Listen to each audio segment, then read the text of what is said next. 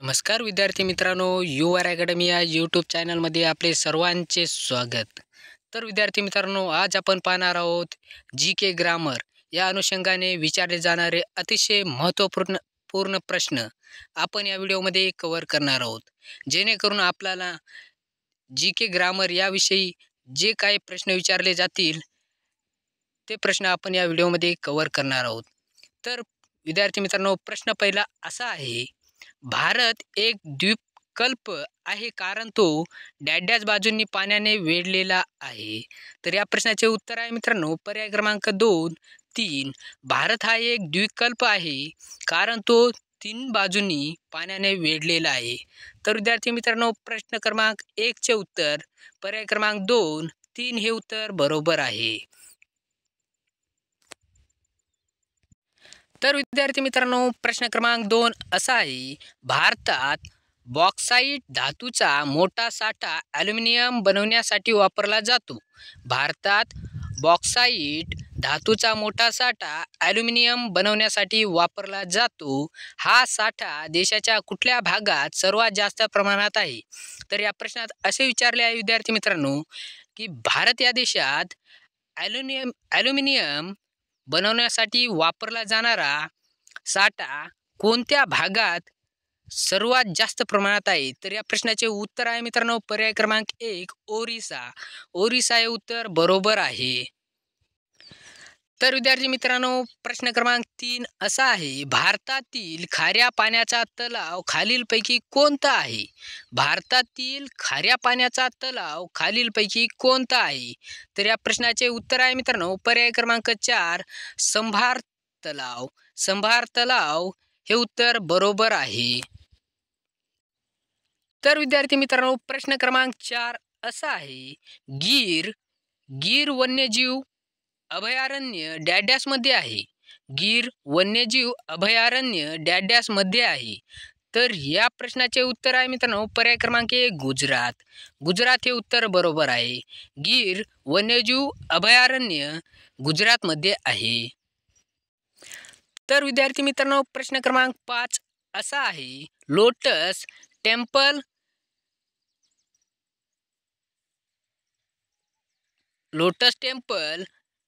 मध्ये आहे. Lotus temple कुठे आहे? तर या प्रश्नाचे उत्तर आहे मित्रांनो पर्याय क्रमांक 4, दिल्ली. दिल्ली येथे लोटस टेम्पल आहे.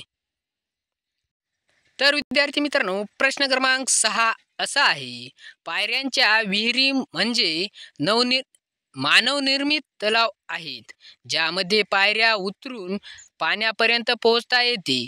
जगात सर्वात खोल असलेली अशी विहीर कोठे आहे? जगात सर्वात खोल असलेली अशी विहीर कोठे आहे? तर विद्यार्थी मित्रांनो, या प्रश्नाचे उत्तर आहे पर्याय क्रमांक 2, चांद बाओरी. ही विहीर राजस्थानमध्ये आहे. चांद बाओरी ही विहीर राजस्थानमध्ये आहे. प्रश्न क्रमांक 7 असा आहे, भारताच्या कोणत्या राष्ट्रीय उद्यानात जगातील 2/3 एक शिंगाच्या गेंड्याच्या संख्येचे गेंडे आहेत? भारताच्या कोणत्या राष्ट्रीय उद्यानात जगातील 2/3 एक शिंगाच्या गेंड्यांच्या संख्येचे गेंडे आहेत? तर या प्रश्नाचे उत्तर आहे मित्रांनो पर्याय क्रमांक 1, कांजीरंगा राष्ट्रीय उद्यान. कांजीरंगा राष्ट्रीय उद्यान हे उत्तर बरोबर आहे. प्रश्न क्रमांक 8 असा आहे विद्यार्थी मित्रांनो, भारतातील कोणत्या राज्यात सर्वात मोठे वनक्षेत्र चौरस किमी आहे? भारतातील कोणत्या राज्यात सर्वात मोठे वनक्षेत्र चौरस किमी आहे? तर या प्रश्नाचे उत्तर आहे मित्रांनो पर्याय क्रमांक 2, मध्य प्रदेश. मध्य प्रदेश हे उत्तर बरोबर आहे. तर विद्यार्थी मित्रांनो, प्रश्न क्रमांक 9 असा आहे, डॅश हे महाराष्ट्रातील एक असे सुप्रसिद्ध गाव आहे कारण गावात कोणत्याही घराला दरवाजे नाहीत. महाराष्ट्रातील एक असे सुप्रसिद्ध गाव आहे कारण त्या गावात कोणत्याही घराला दरवाजे नाहीत, केवळ दरवाजाची फ्रेम बसवलेली आढळते. तर या प्रश्नाचे उत्तर आहे मित्रांनो पर्याय क्रमांक 1, शनी शिंगणापूर. शनी शिंगणापूर हे महाराष्ट्रातील एकमेव असे गाव आहे की त्या गावात दरवाजाची फ्रेम बसवलेली आढळते. तर विद्यार्थी मित्रांनो, प्रश्न क्रमांक 10 असा आहे, खालीलपैकी कोणते पर्यावरणीय कृती योजनेअंतर्गत भारतातील 4 कोरल रीफ भागामध्ये येत नाही?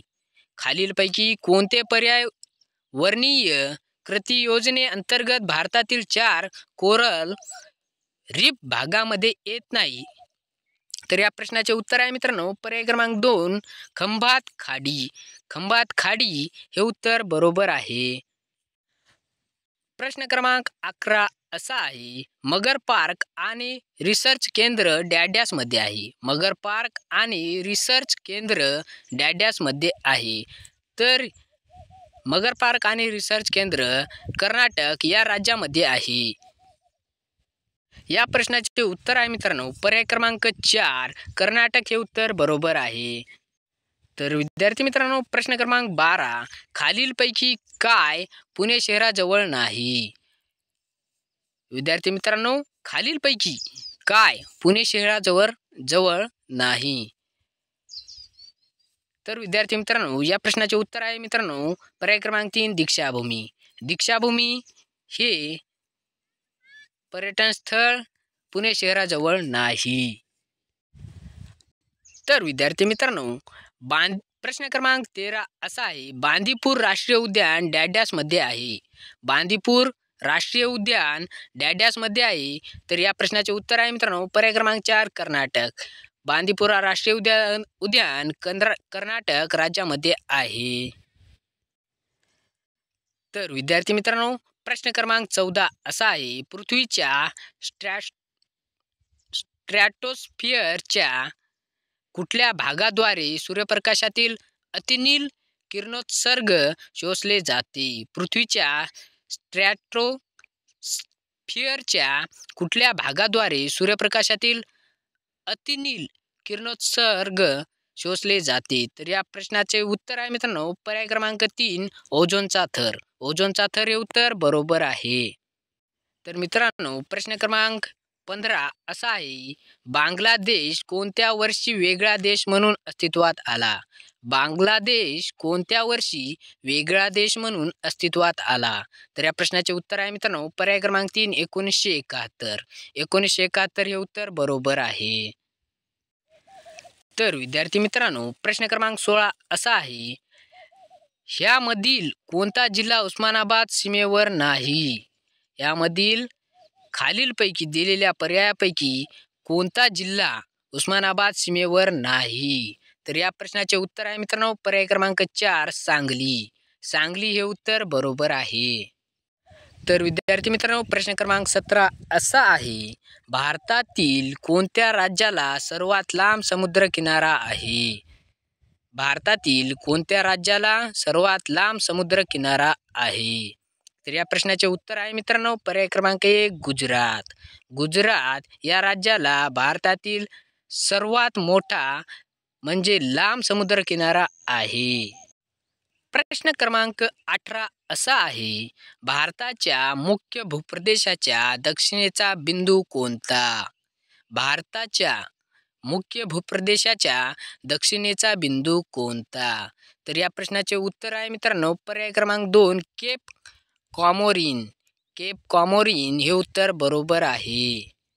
तर मित्रांनो, प्रश्न क्रमांक 19 असा आहे, खालीलपैकी कुठल्या शहरात सुप्रसिद्ध हँगिंग गार्डन्स आहे? खालीलपैकी कुठल्या शहरात सुप्रसिद्ध हँगिंग गार्डन आहे? तर या प्रश्नाचे उत्तर आहे मित्रांनो, पर्याय क्रमांक 3 मुंबई. मुंबई हे उत्तर बरोबर आहे. या शहरामध्ये सुप्रसिद्ध हँगिंग गार्डन्स आहेत. तर मित्रांनो, प्रश्न क्रमांक 20 असा आहे, खालीलपैकी कुठल्या शहराजवळ सुप्रसिद्ध एलिफंटा लेणी आहे? सुप्रसिद्ध एलिफंटा लेणी.